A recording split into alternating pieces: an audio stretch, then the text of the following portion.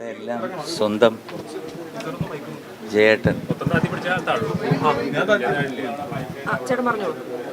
നമ്മുടെ എല്ലാം സ്വന്തം ജയേട്ടൻ നമ്മളെ വിട്ടുപിരിഞ്ഞു പോയെങ്കിലും അങ്ങനൊരു വിട പറയൽ എനിക്ക് തോന്നുന്നില്ല. കാരണം ഒരുപാട് ഓർമ്മകളാണ്. ഞാൻ അദ്ദേഹത്തിനെ ആദ്യം കാണുന്നത് വളരെ വർഷങ്ങൾക്ക് മുമ്പ് മദ്രാസിൽ വെച്ചാണ്. അന്ന് തൊട്ടുള്ള ഊഷ്മള ബന്ധം കഴിഞ്ഞ മാസം വരെ തുടർന്നു. അനശ്വരനായ ഒരു ഗായകൻ, അതിനപ്പുറം തനതായ ശൈലി, തനതായ ശബ്ദം, അതുപോലെ തന്നെ ഇന്ത്യയിലെ എല്ലാ ഭാഷകളിലും പാടിയ ഒരു അത്ഭുത പ്രതിഭാസം. സത്യം സത്യമാണെന്ന് മാത്രം പറയുന്ന ഒരു വ്യക്തി. ജയേട്ടൻ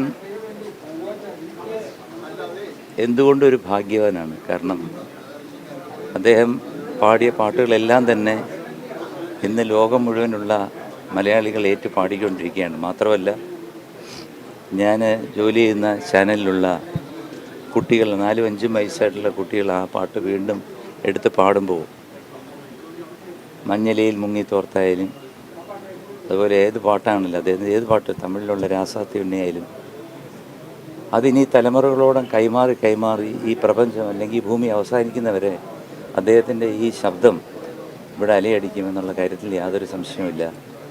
ഇന്ന് ഞാനൊരു ഒരു ഒരു പടം വരച്ചിരിക്കുന്നത് കണ്ട് എൻ്റെ കണ്ണ് നിറഞ്ഞുപോയി. വേറൊന്നുമല്ല, ഗുരുവായൂരപ്പൻ്റെ മടിയിൽ അദ്ദേഹം തലയച്ചുറങ്ങുന്നു. അപ്പോൾ അതിനൊരു അടിക്കുറിപ്പ് കൊടുത്തിരിക്കുന്നത്, ഒന്നിനി ശ്രുതി താഴ്ത്തി പാടുക പൂങ്കുവിലേ, എന്നോമൽ ഉറക്കമായി എന്ന് പറഞ്ഞിട്ട് കൃഷ്ണൻ്റെ മടിയിൽ. ഇന്ന് സ്വർഗവാതിൽ ഏകാദശിയാണ്. അപ്പം ഒരു പുണ്യാത്മാവാണ്. കാരണം ഈ ഒരു ദിവസം, ഇന്നലെയാണെങ്കിലും ഇന്നാണെങ്കിലും, നമ്മളെയൊക്കെ വിട്ടു പിരിഞ്ഞു പോയെങ്കിൽ ഞാൻ നേരത്തെ പറഞ്ഞ പോലെ പോയിട്ടില്ല. അദ്ദേഹം ഇവിടെ തന്നെ ഉണ്ട്. അദ്ദേഹത്തിൻ്റെ ഗാനങ്ങളിലൂടെ അദ്ദേഹം എന്നും ജീവിക്കും എന്നുള്ള കാര്യത്തിൽ യാതൊരു സംശയവുമില്ല.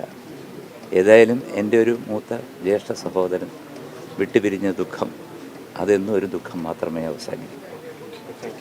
ആദരാഞ്ജലി.